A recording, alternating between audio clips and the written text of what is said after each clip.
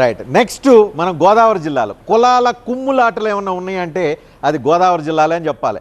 అన్ని రకాల కులాలు, ఉన్న కులాల మధ్య వైర్యం, అదేవిధంగా ఫ్యాక్షన్ లేవు, కానీ ఆ తరహా పరస్పర పోటీ కొట్లాటలు మనకి ప్రధానంగా గోదావరి జిల్లాలో కనిపిస్తూ ఉంటాయి. పొలిటికల్ ఫైట్ కూడా ఇక్కడే ఎక్కువ కనిపిస్తూ ఉంటుంది.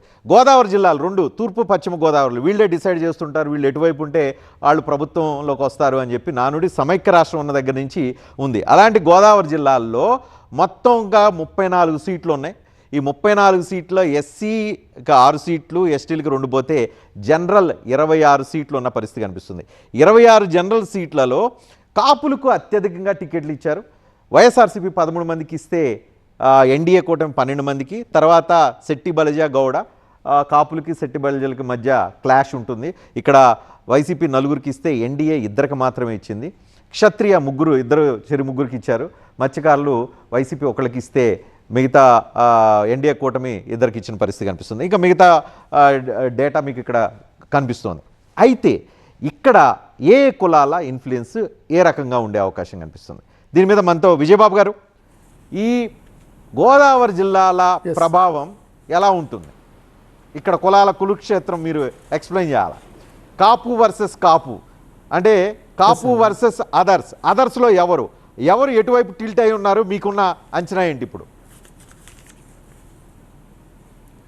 వాస్తవంగా చూసుకుంటే గతంలో జనసేన పార్టీ పెట్టిన తర్వాత కొంతమంది చాలా వరకు ఆశగా అటువైపు చూశారు.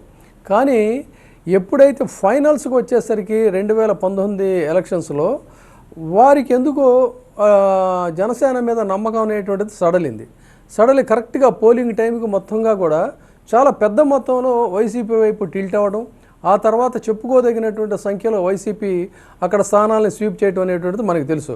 అయితే ఈసారి ఏంటంటే ఈ గోదావరి జిల్లాలు సెంట్రిక్గా కనుక మనం కాపుల ఓట్లన్నీ కూడా కొత్తగా మనం ఓన్ చేసుకోగలిగితే మనకి తిరుగుండదు అనేటువంటి ఒక ఆలోచనతో చంద్రబాబు నాయుడు గారు, పవన్ కళ్యాణ్ వీళ్ళిద్దరూ కూడా కలిసి ప్రయాణం చేయాలని చెప్పి నిర్ణయించుకున్నారు.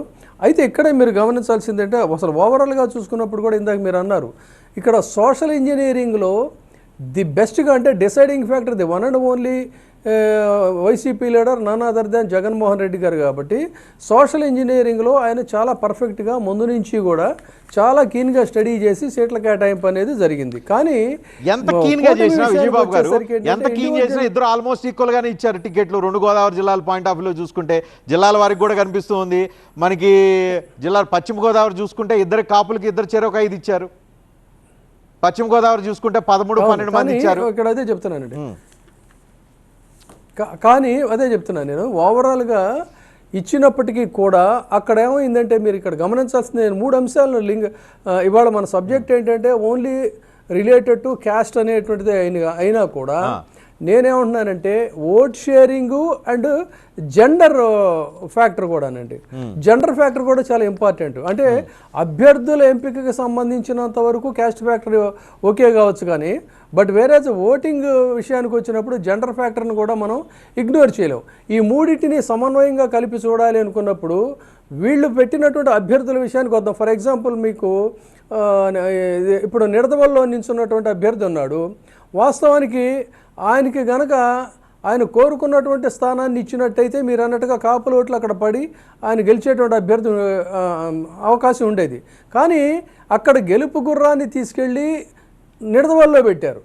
ఇట్లా ఏమైందంటే వాళ్ళ సీట్ షేరింగ్లో ముగ్గురికి ఒక సమన్వయం అనేటువంటిది లేకపోవటం వల్ల చాలా చోట్ల ఈ పొరపాట్లు కానీ అడ్జస్ట్మెంట్లు కానీ లేదు వాళ్ళ పర్సనల్ ఇంట్రెస్ట్లు కానీ, ఫర్ ఎగ్జాంపుల్ ఇందాక రవి గారు చెప్పినట్టు మనం అనకాపల్లి తీసుకుందాం.